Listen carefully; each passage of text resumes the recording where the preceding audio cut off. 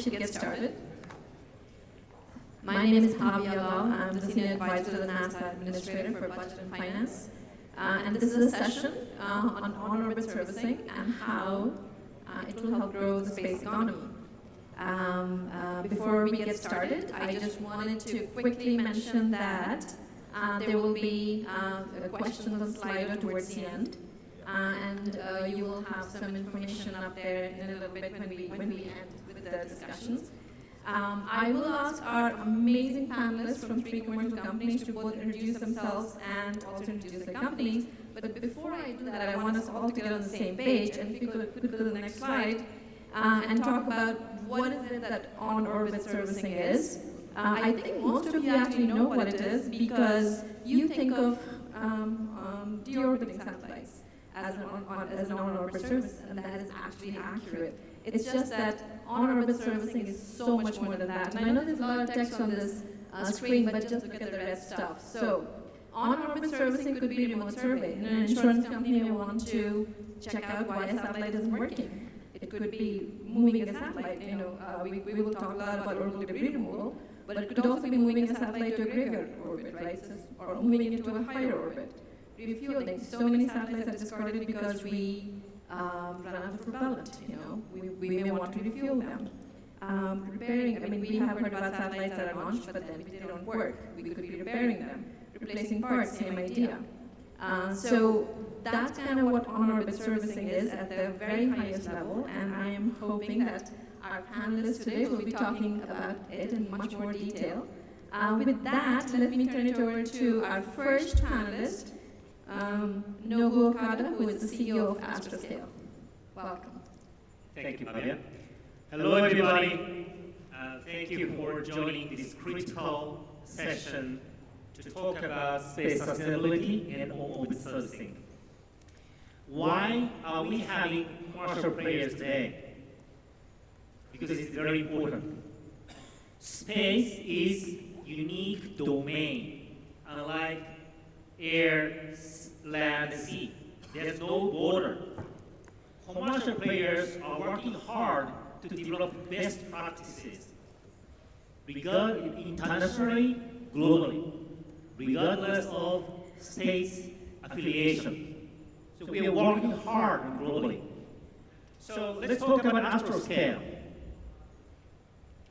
I have to click by myself. So now we have offices in over 5 countries. We're headquartered in Japan, we have offices in UK, US, Israel, and Singapore. We have 250 people right now. We've raised around 200 million. What this means, all of the servicing was seen, we did not get many support at the beginning, but now it's real. That's why investors see the opportunity in this market. So what exactly space sustainability means?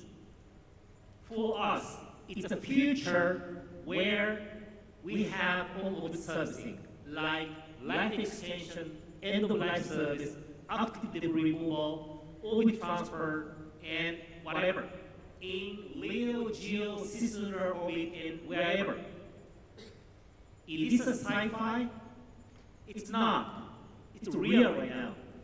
We successfully launched our world-first end-to-end debris removal demonstration satellite in March, and we captured free-floating client in space in August. Please look at this.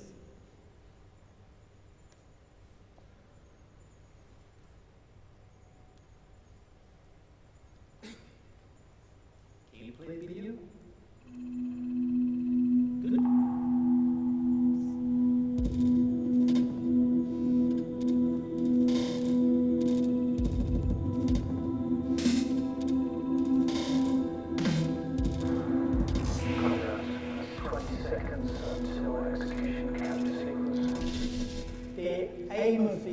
Capture was to release the client from the servicer and then recapture it using a magnetic light. Servicer and clients are locked together by a mechanism called lightband. What we did was unlock this mechanism so that the two could be separated. What we did first was extend the capture mechanism of the servicer to contact the client, That was a very close manoeuvre, so we just gently pushed the client off the magnetic capture mechanism.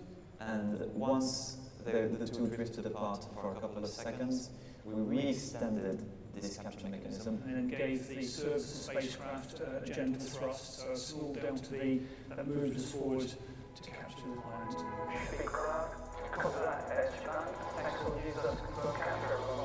We actually managed to do this in a single pass.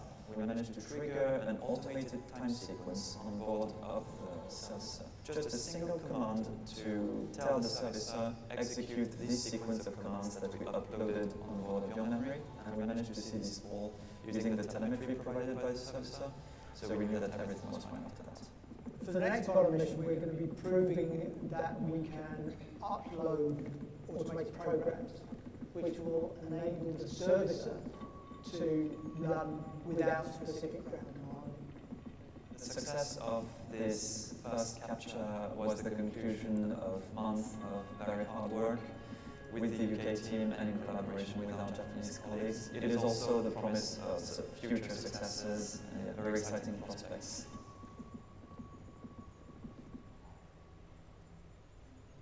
Thank you. So mission will continue. Please stay tuned to us. Thank you, Nobu-san. Our next panelist is Luke Piquet, who's the CEO and co-founder of ClearSpace. Luke, please tell us a little bit about yourself and your company. ClearSpace is a spin-off from the EPFL Space Center in Lausanne.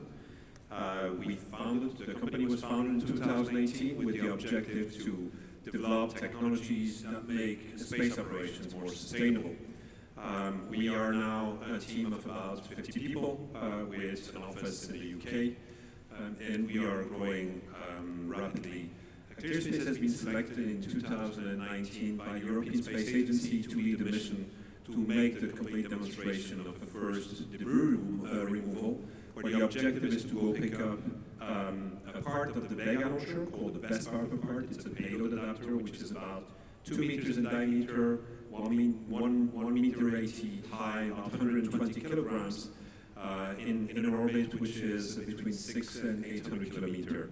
The objective of this mission is to be launched in 2025. We have initiated the work on this mission for now a little more than a year. We have an industrial team of about 20 companies working with us, very experienced company in the space industry, and are building up rapidly. We also start working with UKSA on a second mission today to build up the capability to remove more than one object in a single mission, and are working on other initiatives beside that. So I've got a short video to present what we do in a few words. The problem of space debris is not something completely new. What really made the difference at some point was the collision between Cosmos and Iridium satellites in 2009. That collision between those two objects created 2,000 debris. This was the first big collision, and it woke us up. We are currently working on ClearSpace 1, a mission to remove a defunct object from Earth orbit, and that program will build the fundamental technical building blocks that we will then be able to apply to a wide variety of in-orbit services. At that point, it will be a tilt. The operators will have suddenly the opportunity or the possibility to remove their satellite once they are non-functional anymore. That did not exist before. And if we can do what we do today, it's because before us, there were a generation of pioneers in the space industry that did miracle after miracle. I think it's our turn today to make the future of this space operation sustainable. And this is what wakes us up every morning. This is why we work all the working hours we do, because we believe that we can bring this change. Today's the day to actually do it.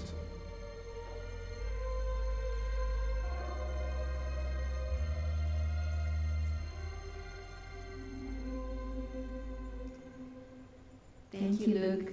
That was pretty spectacular. Our third and final panelist is Luca Rossettini, who is the founder and CEO of D-Orbit. Go ahead. ahead and tell us about yourself and your company.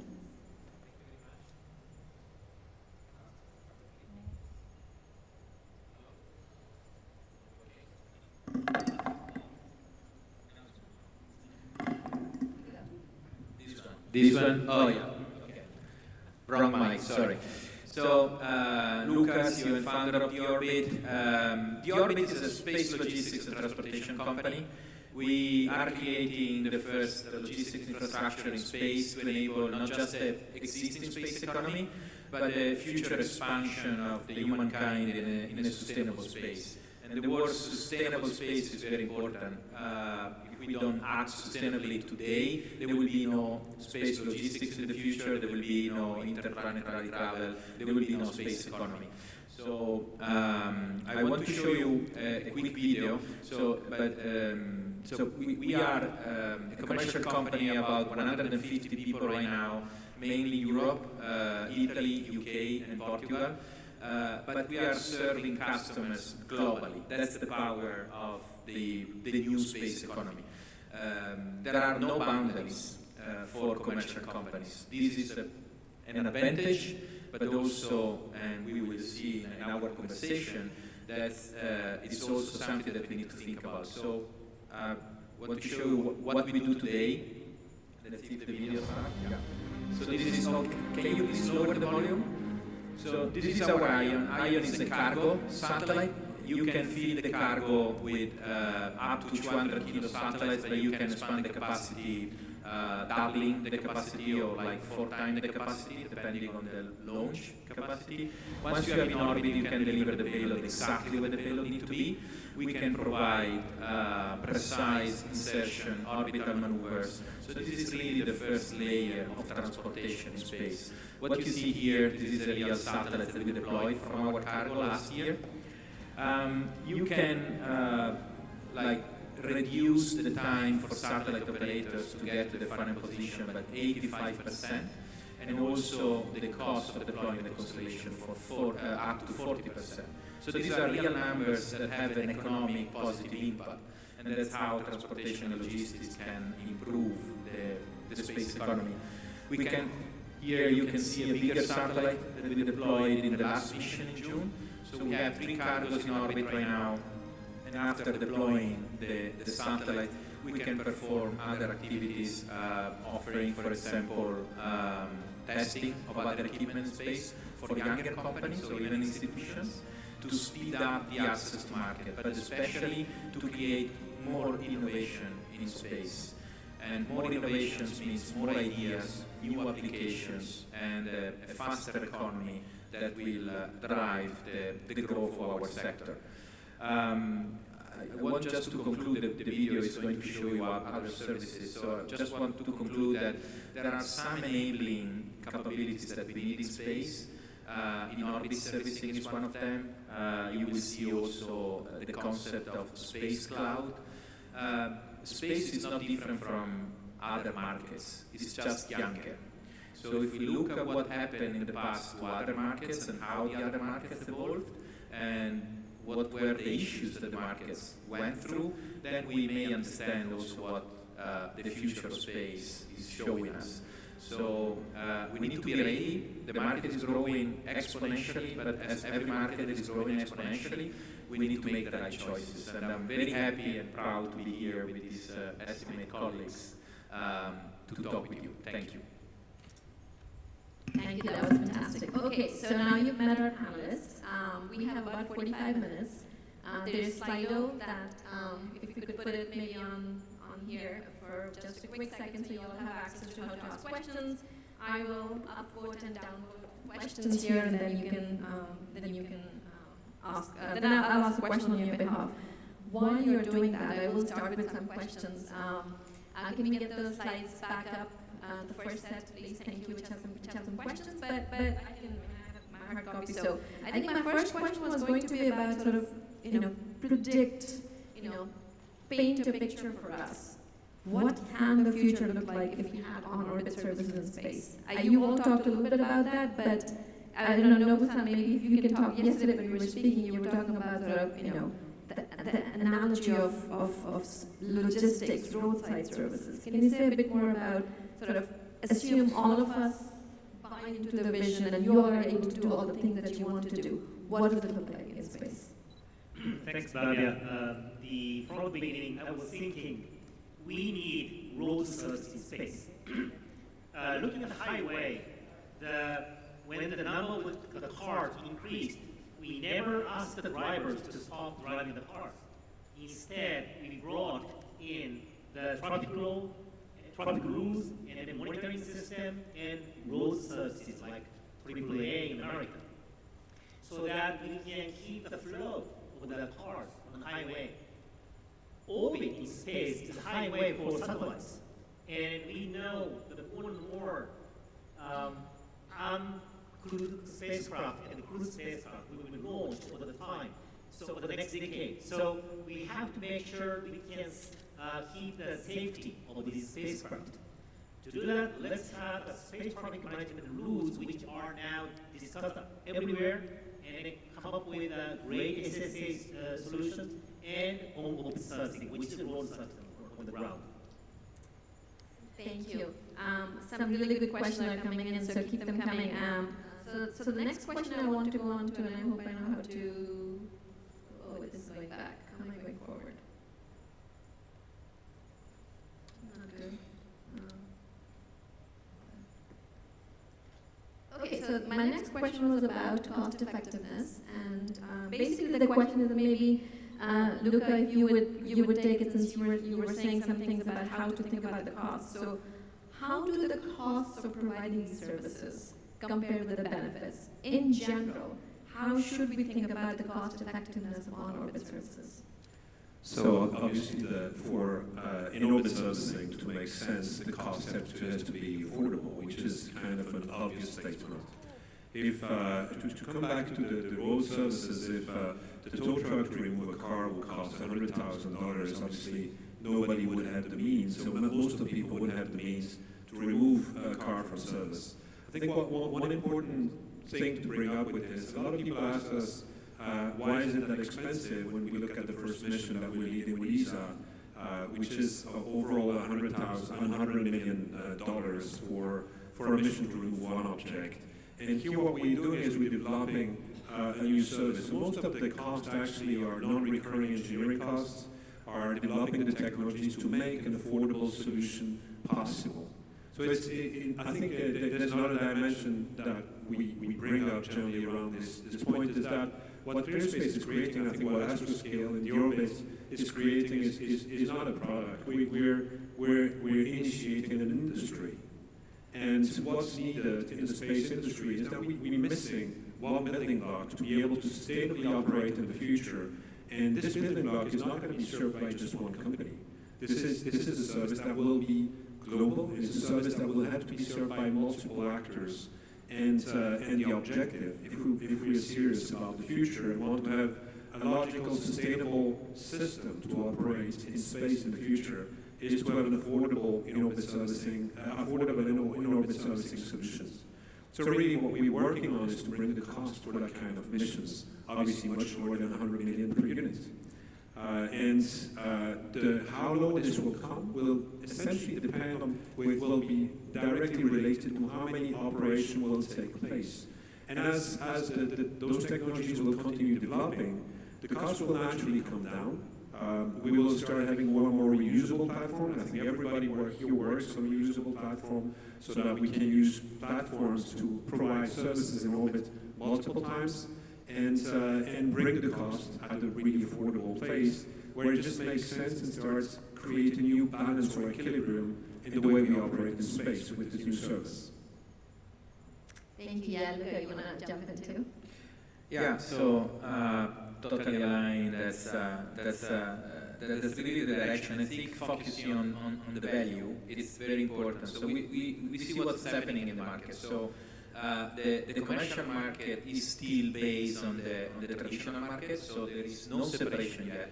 But it's definitely true that the commercial market is moving way faster. So if we don't focus on the economic value that the in-orbit servicing can provide to satellite operators, then it will be very slow adoption, and I don't think we can afford it. So if you operate a large satellite constellation, then you will have a maximum number of satellites, depending on your business, that you can allow, so that satellite in per orbit, before you start degrading your service. And this number is not large, it's the order of few units. So it means that either you waste a lot of resources of the remaining part of the constellation, or you find a different solution that is active debris removal. So someone that offers you a service to remove the satellite, you can expand the life of your satellite. This is already happening in geostationary orbit.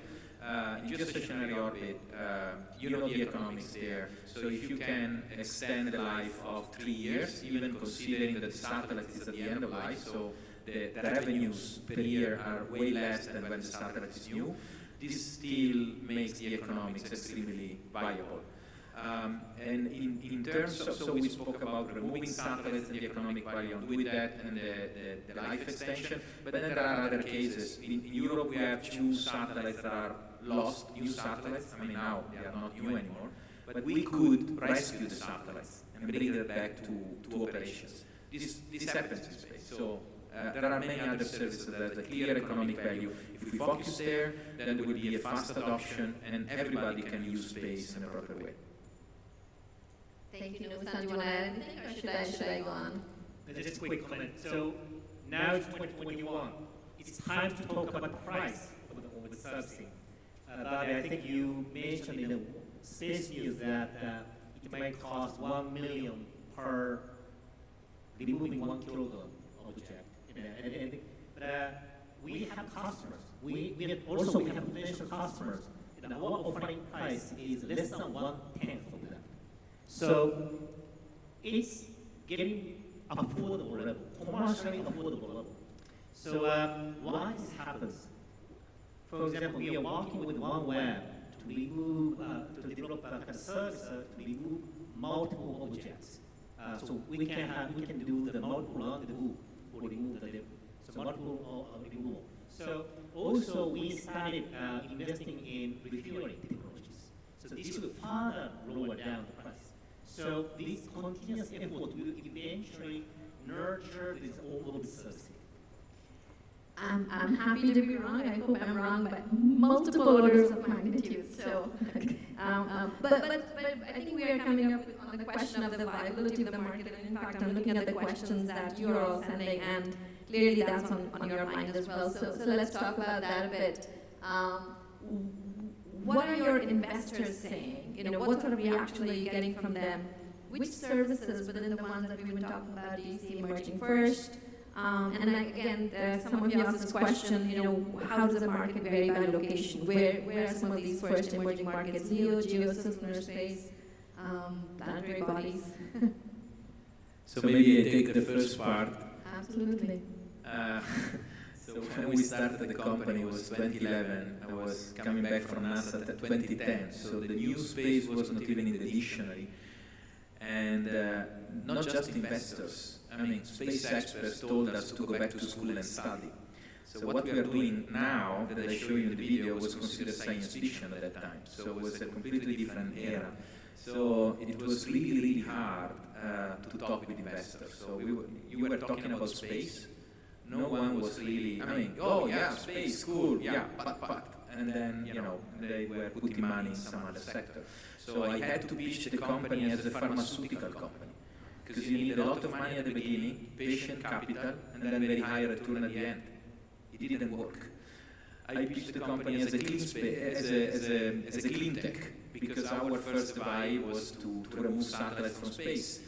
And they said, yeah, but who cares about wasting space? We have a lot of issues here on Earth. And by the way, this, where I met Nobu a long time ago, that we were working together, trying to put together this concept. So it was really, really a hard time at the beginning. And what we accomplished so far, so 60 payloads in orbit and like 3 cargo missions, was done with 20 million euro investment. Now the situation is different. Now the investors are putting money into the space. They see the economic value. They see the return on their investment. And so I'm not saying that it's easier to raise money, because also there are way more companies asking for money. So I think the ratio is going to be the same. But definitely the success of companies in the space sector, and especially the start of the commercial era and the start, so we are still at the beginning, is giving a lot of confidence also to the financial sector that is investing more and more, and this is definitely going to help. And I think we will touch this argument later. So we need to switch from government money to private money. This is going to go through a transition, and since the private money is coming, that's definitely a very good partnership between financial actors to facilitate the growth of the sector as well. Thanks. I think this is an important enough question. Luke and Nobu, if you could also address it. Sort of the market viability, your main customer is ESA, but obviously you have investors outside of that, about 15 million red. Yeah, when we started Geospace, it was obviously a problem for us, and I have to say that I have a huge amount of respect for Luca and Nobu, because they've been incredible survivors and did a job raising money, which is absolutely incredible over the past years, in a period which was definitely much more difficult than today, I think. When we started Geospace, our take was, after talking with a few investors, that no investor would ever be crazy enough to invest into a project like ours. We came relatively rapidly to this conclusion that this is going to be a hard sale. And especially if you approach it saying, okay, we're going to clean up space, it sounds just crazy as an initial idea. So we looked at sponsorship actually initially, and what we realized over the past year or 2 years is that first, the space industry evolved much faster than what we actually expected. We were perceiving that the transition we see right now is a fundamental transition. It's sort of like, we're looking at it a little like if it was the microcomputer industry in the 80s, right? Where you go from the mainframe to the PC computer. And so what's going on in the space industry is foundational. It's really a transformation which has a lot of implication for the future. So we saw that coming. That's what actually motivated us to create Geospace.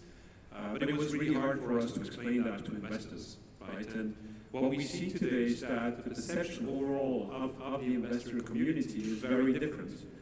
The dynamic is very different, and the investment community starts understanding, oh, this is a disruption actually. This is something interesting where a lot of our services of tomorrow are going to run over those infrastructure, right? And this understanding actually, I think, starts to make its way in the investor community. Beside that, obviously, when it comes to government funding, most of our financing of what we do comes through government funding today, through ESA. And for us, the fact that actually ESA decided to select a startup was a surprise initially, because we thought this is a very risky bet, but also demonstrate how motivated and interested the agency is to actually push forward new ways and new models to approach development, in particular disruptive development in the space industry. And so it's not an easy ride every day. We had a lot to learn in the process. There's obviously, with any public funding, there's strings attached, and that's how it is, and that's how it's normal that it is, which means that there's constraints, and you have to live with them. But then at the same time, it pushed us forward at a pace that would have been extremely difficult to achieve with investor funding at the time we actually won this contract. It also placed us on the map in a way where we can actually build up much more serious streams of investment funding, which allows to run multiple development exercises in parallel and do more things that we initially actually planned with just one mission. Thank you. Nobu-san, anything to add on your part? Again, quick. Fundraising is always tough. It's always dramatic. And maybe I'm spending 40% of my time for fundraising every year. But as you said, the investors are also getting to know there's an opportunity here. So it's time to invest, it's time to accelerate. That's the time, I think. So that brings me to the question of, other opportunities for fundraising, and I'm going to put the next two questions, which actually there's some very specific ones from you all, but let me start with, so the next set of questions, it's interesting that it goes black between questions, so I want to combine areas of emphasis and the role of government in the same question, and ask what are some of the things you all would like to see in the near term? What actions are necessary or desirable for your business cases to close? And again, roll into that same question, if you would prefer to do it as a single block. What do you see as the role of the government? And the point I had there was in terms of promoting the services or supporting market development. But many of the folks here are also asking about the role of government in regulations. So I know that's a lot of questions in a bunch, so we can maybe start with Nobu-san, and you can hit whatever you want, but we can also return if you want to, if you forget something and you want to come back. All right, so business case. We have 4 businesses, and we already have business cases, all of them. For enterprise service, for constellations, we are talking with multiple constellations, and they need the removal for their defense satellites to continue their, to have a business continuity, also flexibility of their lifetime of the satellite, also optimize the cost. So there is a clear case for this. And we are active debris removal, or removing the existing debris up there. We got an award from JAXA, UK Space Agency, and now we are developing satellites for them. And then life extension service. We acquired Israel last year to enter the geo market and effective space. And now we are together. And then we now understand the clear pain points of the geo customers. So we are working hard to provide the service at the near future. And in each SSA, it's kind of diagnosis service. We got interest in working with the government in US, Europe, and Japan. So again, it's maybe 1 year ago we had a couple of the conference, but now we have much more. So we just need to just do it. Role of government, maybe I can talk later. We can wait, we can return to that. Luke, thoughts on some of the initiatives, what are the areas of emphasis, and then if you want to roll in the role of government and others. So I think when it comes to in-orbit servicing, the role of government is central today. There's 2 dimensions when it comes to government's roles in this exercise. The first one is, and that's actually what ESA is doing right now, is to demonstrate the capability. So okay, let's bring this to a level where we can actually then from there make it recurrent, bring it down, demonstrate this is feasible. We can actually address one of the fundamental problems. There's obviously other dimensions to it, and in-orbit servicing is much broader than the first mission we're doing.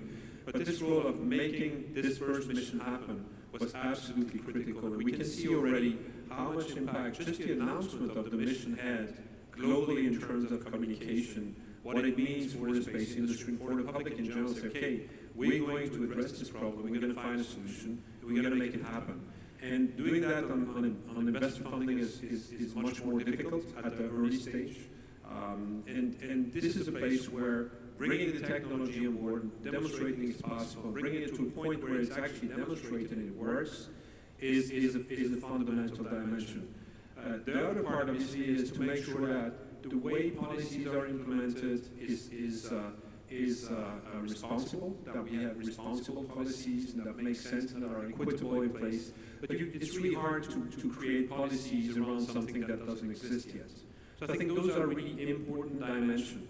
And for me, what has to happen first is concrete missions that demonstrate how this is actually done, what has to be done, how it's done, and that addresses all the underlying problems, whether it is licensing problem, whether it is liability questions, whether it is technical dimensions of a mission like this, the launch equation, how you actually get to the right place and do the right service, the the orbital dynamics, all those dimensions have to be addressed and demonstrated. So I think when it comes to the development, we have to see now is addressing those problems concretely within specific missions. So one thing that is needed is more of those missions. That's what we think.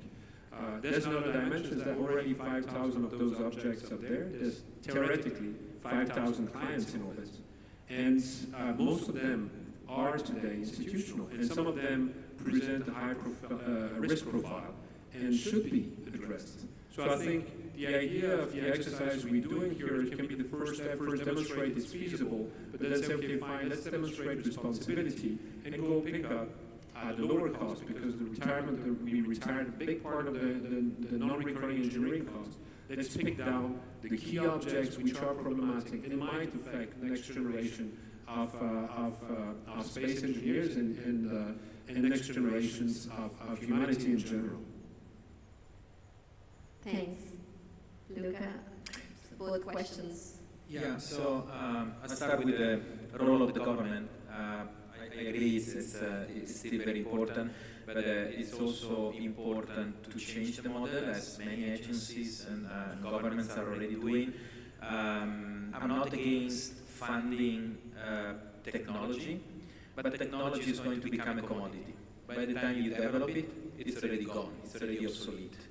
So business model, how you use the technology and how you put together different type of technologies, and more and more not space technology. This is what really matters. So in the I see two phases. So the first phase in which you are developing a service, then you need support that is based on milestone. If you are really able to deliver, and companies shall take responsibility, right? So if a company delivers, then they get paid. And the second phase that is very important is connected to finding private investors. So the government could become an enabler.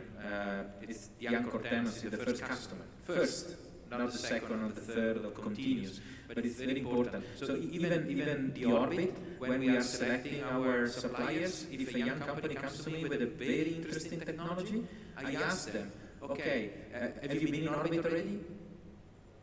And that's the issue, right? So that's where the government can fill the gap. So first customer that will enable the market. The second part is related, let's say, in general, institutions, especially for the in-orbit servicing.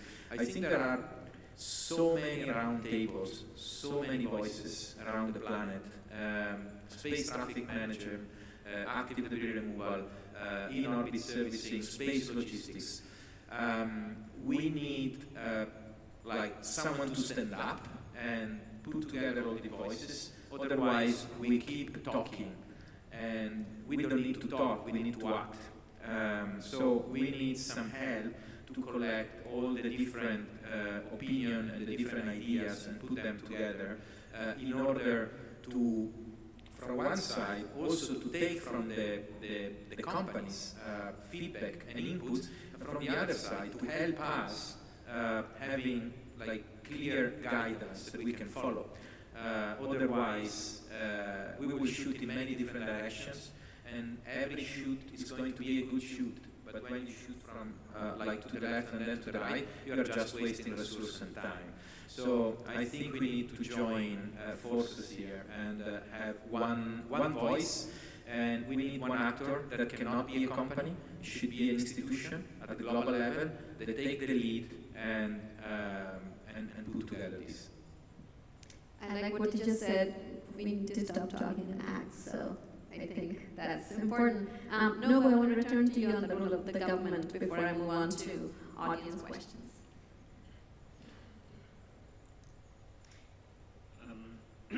Maybe before talking about the role of the government, let's talk about the role of the industry first. So industry should develop innovative technology and service and develop best practices. Innovative technology and service and best practices. And then government should support funding R&D and develop enforceable regulations to secure sustainable space. So that's my thought. Well said. Okay, Okay, so I had said about 20 minutes for questions from you, so I'm going to now turn to those questions. So one of the audience members wants to know more about your views on liability. Is it liability that will drive the sector? How do you see that playing into your business models? We can start. Okay. Left to right. Liability, I can talk forever about this liability because we have investors. Investors don't want to see Astro Scale run out of cash right away. So, and then actually there is an ambiguity of definition of launching state. So we should continue discussion with countries where we give us mission licensing. However, don't wait. We should show the example and move forward. So there's a way to mitigate the risk of the commercial companies. We can purchase insurance for third-party liability. We can develop insurance for our mission insurance. And we did it for the first time in the world, in London. So there's a way to mitigate our risk into the premium. So this is kind of, there's a way to, I'm talking the same thing. So commercial companies should make efforts to mitigate that risk. And then continue this discussion with the governments. Thank you. Luke, any thoughts on how you see liability playing into your business? So essentially the liabilities in space are defined for a very long time now, right? From I think the liability convention is from 72 or something like this. It's my That's birth. right, 72, very good. It's my birth date. It's a long time ago. That's how I remember the Outer Space Treaty. It's my birth year. Exactly. So right. So I think essentially normally what it says is that liability, the fault has to be demonstrated, right? Liability is with the launching states, and as Nobu said, is kind of a broad definition, and fault has to be demonstrated. I think one question is what is a faulted space, right? What is the real responsibility we have when we operate in space? So basically we ask this question for ourselves when we do the mission.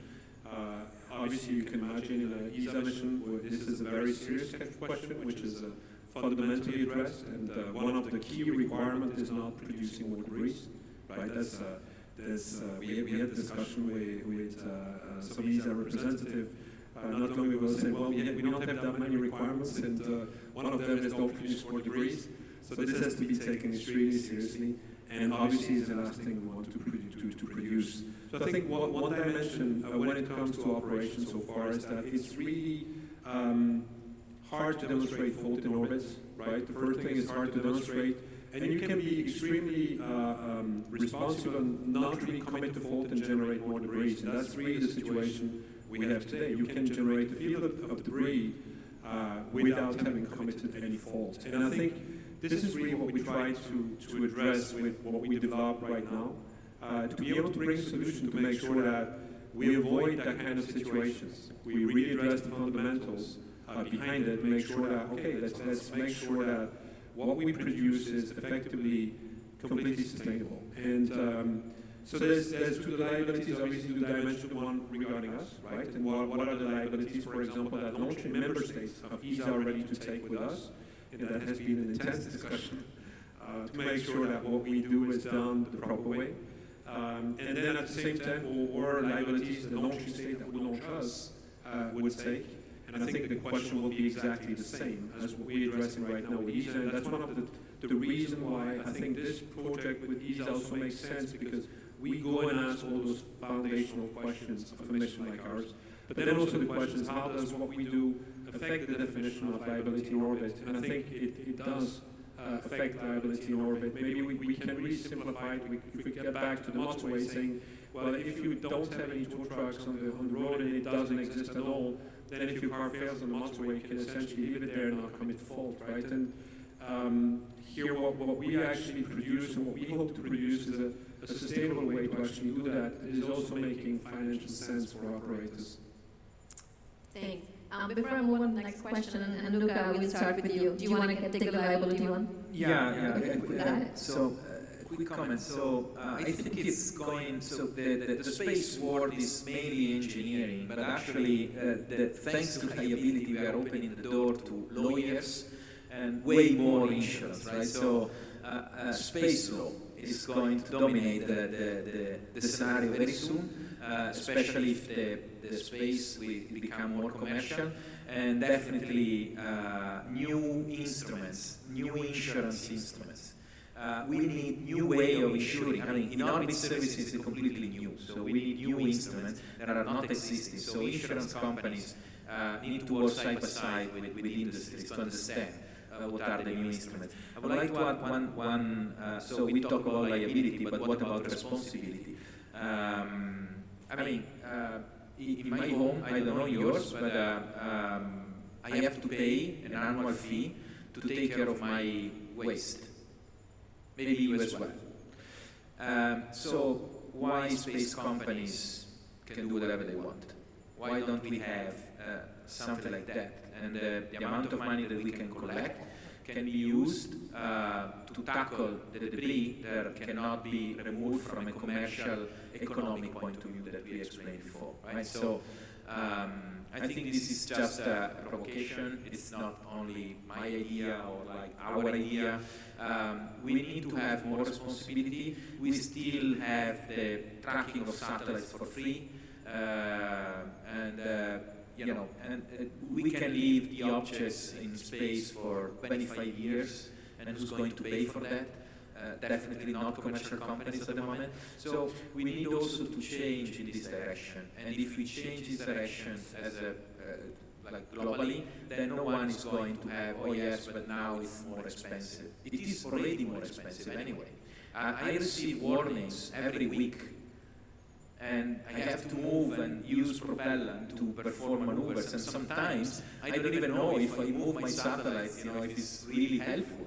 So it's already a cost. I'm sustaining this cost, but I don't put it in the balance sheet.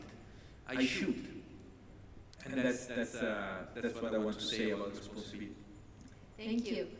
So a question that has been upvoted a bit, and it connects with what you just said, Luca. So the question is, and maybe we'll just start with you and then work backwards, just mix it up a little bit. So the majority of current debris threat has been created by the United States, Russia, and Chinese governments. Shouldn't they fund operational cleanup, not just subsidize tech R&D? And I'm assuming it's not a rhetorical question. Well, first of all, it's a very delicate topic, guys, because when we talk about government objects, then you don't really want to touch that, right? Because today, if you are a European government, you cannot touch an object that is from the United States. So it's way, way more complex. That's why we are focusing on like deals between companies, because that's way easier. But definitely we will need to get there. And the only, my view is to have this agreement among nations in which we have the money there that are actually paid by commercial companies that can be used to clean up the space by government objects that are there since forever. Otherwise, no one is going to do that because it's not commercially, economically convenient. And in this way, this is also providing a benefit to commercial companies. You saw the video that Luke showed you before. Guys, we are really operating satellites in that situation, and you probably know better than me. I have only 3 in orbit, so, and some of you have plenty. So it's really a messy situation there, and if we don't do that, then it will be too risky. Any thoughts on that not rhetorical question? Yes. I would say yes. I agree it's a little more complicated than that. We're in a situation where we have to look also forward and think, okay, what is going to be done there to solve, and action is needed. It definitely is. What is going to be done there is going to be in the benefit of all the space industry in all the countries, the spacefaring nations. So having coordinated efforts behind that would make a huge amount of sense. And the question is how you build this up. And there are examples of how that can work. I mean, the European Space Agency is 28 countries, and they can agree on missions, right? The ISS is a collaboration between even between United States, Europe, and Russia, and so those efforts are feasible. They're absolutely feasible. And once there's an understanding of the gravity or the importance of doing something, then finding the way to finance this activity and to make it feasible is just one step away. And I think, yeah, my answer is just yes. No, would you have anything to add beyond the yes? Because Yeah, so my aim, our aim, is to make space sustainable. And it's true, 90% of the objects in space were, delivered by US, China, Russia. And then, but the ideal day won't come soon. So what we have to do is dialogue, talk. So that's why I am kind of a council member of the World Economic Forum to communicate with the various countries. I am vice president of IAF to communicate all over the world. So we just continue doing this. I don't know when the day will come, but we should not give up this effort.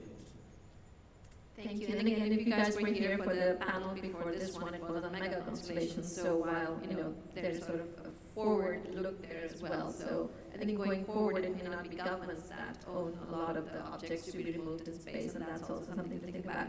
Okay, so moving on, the next question is going to government a bit more, staying with government. Seems like space regulations are not ready to adopt new mission concepts like in space servicing with proximity operations. What do you see as the steps to handle this? And Luke, do you want to start? The top question. I can start.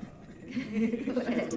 Give Luke some time So to that's a think. very interesting question. So when we started developing the removal satellite, one of my questions was, who can give us mission licensing? And then, to be honest, I visited 10 countries, and including Japan, my home country, US, FAA, Singapore, and I should not mention the country names, but and then in the end, UK Space Agency said, yes, we will do it. So that this happened in London, and then I really felt new kind of, it opened the door for the next era. So I mean, all the nations are not ready for providing the mission licensing, but it's gradually coming, and then now Japan is ready for that. So so it's now it's adopting new missions. Got it. We don't all have to answer unless you have something to say. We can move to the next question. There have been, you guys have sent a rich set of questions. We can be here all afternoon. We have about 6 minutes left. I couldn't have said anything better. Okay, Luca, any thoughts on that, or should we move on? Yeah, move on. Okay, so there have been a lot of questions around standardization, and I am, hold on. Okay, so there is effective on-orbit servicing will require standards. How do we build those to work and not be competitive in a way that kills or complicates the industry? And there's sort of different versions of this question. So, to the extent you could speak to standards, to the extent you could speak to things like interoperability, working across companies, countries, to be able to collaborate. Yeah, well, the three of us are here together, so I think this is a clear example of how companies that may compete in the future actually are cooperating to create a sustainable market. I think space just started, guys. The commercial space is, it's very, very young. We need to invest in the ecosystem. We need to cooperate. We have time to compete in the future. This is not a mature market. If we start competing now, I agree with who asked the question. We will destroy our own market. If we destroy our own market, then without commercial companies, we just mentioned, everything will be way slower, and I think we cannot make it. Yeah, if I can add to that, I think the objective now is to move it forward, and moving forward means that this is an opportunity time where we can agree on standards and way of actually operating in a way that is truly bringing the overall cost, because again it often comes back to this question of cost, bring the overall cost down and work along common standards when it comes to safety, to the way to interface. Another example is more and more platforms should be pre-equipped with docking or deorbiting interfaces, and I think that should be typically standardized. And I think ESA works on some solution there. You've got OneWeb that's got the interfaces on there for satellites. I think that should naturally become standard, and there's multiple of those dimensions in the way those kind of operations have to be led, which should be standardized, and I think there's no doubt about that. There should also be collaboration around activities at this stage, because this is something where we're building the next step or some next step for this part of the space operation, and this is a place where those dialogues have to happen, and there's effectively a risk that competitiveness could actually impede progress or slow down the progress that can be made to actually address the fundamentals of this industry. And one of the reasons why we're here, as Luca said, is that this discussion, this collaboration is possible, and we already discussed about that kind of subject, which is I think a great sign for the future of what we're doing. Thanks. I think I'd like to move on to the next question, and Luca, maybe we can get you to talk to that. This is actually super fun to be talking about. Instead of deorbiting, wouldn't recycling make more sense, at least before deorbiting what we cannot reuse anymore? And I know all the Star Wars fans here know that money is in recycling. I mean, all of those outposts we saw in Star Wars, they were all doing salvage operations. So if you could address the recycling issue. Yeah, so I see really an interplanetary society. We will be connecting Mars, the asteroid bed, Moon, and maybe other planets in the future. But in order to get there, you need a full logistics service, otherwise it will be too expensive. In order to get there, you will need like space vehicles that are way more efficient than what we are able to do now. So we will need to build them in space. But if we keep bringing the resources from Earth, we are not really moving forward. So we will need to find local resources. And there are plenty of satellites there that today we are wasting, returning them into the atmosphere. We have no other solutions today, but definitely this is going to happen. So in orbit servicing is enabling these capabilities of taking those satellites and bringing them into some recycling stations in orbit, and they can be either disassembled or maybe, like transformed into powders. This technology, by the way, was tested even by NASA a long time ago, already in orbit. And then you can produce new material and assemble new vehicles direct in space. So I think the space economy should become a circular space economy. And we have a chance to do that. And there are already companies working on that, so this is not science fiction. There are already tests done in space, so again, this is not science fiction. I think it's a logical consequence next step. Of course, in orbit servicing is going to enable all of that. Thank you. I think we are running out of time, and I actually want to end our panel. And of course, please feel free to come and talk to our panelists. I want to say 3 things before we end. The first one is Nobu-san and I think Luca, both of you, all of the panelists use the language of a highway. And I really love the notion of a space superhighway. So it really does make sense for me from an analogy point of view. So I hope you will think about that. The second thing I wanted to say is actually about this question that these companies here are US, Japan, Swiss, and Italian, and it's great to see, and it is really great to see because this is an international problem. We are all tied at the hip. The solution has to be international as well. And the last thing I wanted to say was I did a panel like this one a couple years ago. Last year we didn't have this conference in DC, and the topic was on orbit servicing, and the room was about, I would say, a fifth or a tenth full. So either we have star panelists, not either, we have star panelists, And I think there's greater interest in on-orbit servicing and or debris removal. So thank you so much for coming. Please stick around, ask questions of our panelists, and enjoy the conference. Thanks again.